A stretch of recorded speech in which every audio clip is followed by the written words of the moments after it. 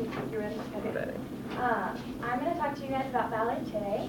And did you guys know that some of the most famous people in today's culture once did ballet? According to BuzzFeed, Audrey Hepburn, Amy Adams, Jennifer Garner, Naomi Campbell, and even Madonna all had their start in ballet. Ballet takes a lot more effort and determination than it looks. I did ballet for 13 years, and my sister danced in Europe professionally, so I know a lot about ballet and the ballet world. Today I'm going to cover what ballet actually is, the history of ballet, and the different techniques you can learn in ballet. So to begin, what is ballet? The actual definition of ballet, according to Google, is the expression of a story or emotion accompanied by music through technical and precise body movement. So it sounds simple, but the world of ballet consists of the dancers, the master teachers, the pianists, the choreographers, and as well as the audience. So in rehearsals or class, you wouldn't really be conveying anything to an audience because there's nothing there, but when you have actual performances, you do use what you learn in class to convey some type of story. The classroom etiquette is also really precise. The appropriate ballet attire is like, as you see, pink tights, pink shoes, a black leotard, and your hair up in a bun. And a lot of the time, if you don't wear this, you could offend your teacher. And there's also defined ways of interaction as well. So like you have personal warm-up time where you can talk with your friends, whereas during class you wouldn't be talking to your friends. You'd have to be respectful of the teacher. And the main goal of most ballerinas who are really passionate about it is to master their technique and move on to dance professionally, like with a company. So to follow what ballet actually is, where did it come from? According to the Pittsburgh Ballet, the origin of dance began in the Italian and French Renaissance. It was a way to celebrate, like in high society gatherings, like a wedding or the birth of a new royal. And men and women would learn dances as a part of their kind of grooming for society. And around the 1400s is when ballet really began to take shape, and it became like a necessary part of culture for people to actually know the dances. So choreographers started to develop, and a choreographer is just the person coming up with the moves the dancers do in a dance, not always the same as the teacher. So at this time, men were recognized as the best dance teachers and dancers, and even King Louis was a huge patron of the arts as well as a performer himself. And in 1661 is when the first dance school opened, and it was the Royal Academy of Dance. So following the starting period was the Romantic period, and this is where point work was born. And women kind of started to begin to steal the spotlight in dance because they could do point work, whereas men couldn't wear point shoes. And this is when women wore like a fitted bodice and like the bell-shaped skirt that you see there.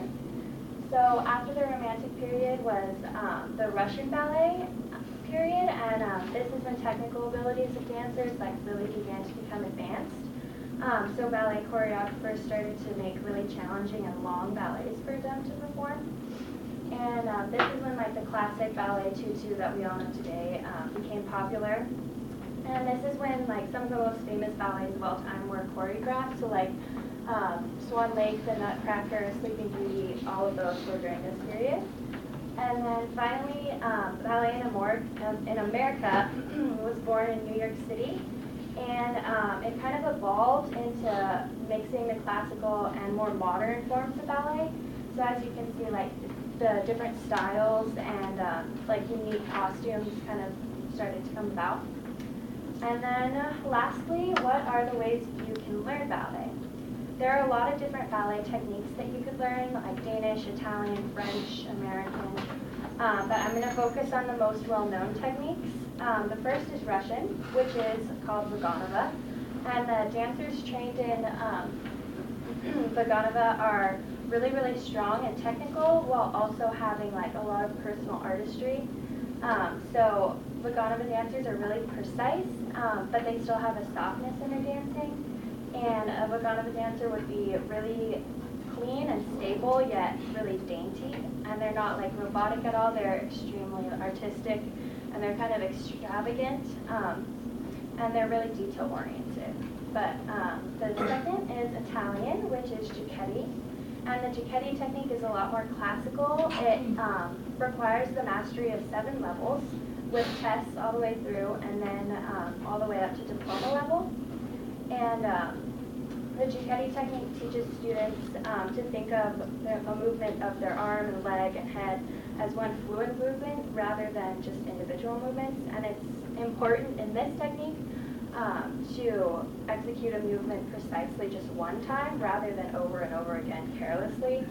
And this makes for a really classical and simple dancer without like the over-the-top extravagance like the Russian dancers have. And the last is the American technique, which is the Balanchine technique. And this was developed in New York City, and it requires really fast and proper movements, and it emphasizes lines and kind of unconventional arms and hands. And the ultimate illusion of this technique is that the dancers are utilizing more space in a shorter amount of time. But dancers in this technique can get injured really easily because the movements are so fast, and they have to be like exceptionally capable of doing the movements or they'll get injured. So in conclusion, ballet is a really precise practice, which includes what you wear, how you act, and how you learn. The history of ballet started in the Italian and French Renaissance and evolved to the ballet that we know today. And there are many techniques you can learn like Russian, Italian, and American. So considering all the effort and determination it takes, it's no wonder that a lot of Hollywood stars started at ballet. And I would encourage anyone to go see ballets or even to take a class just to experience the beauty of the art form. Thank you. Thank you.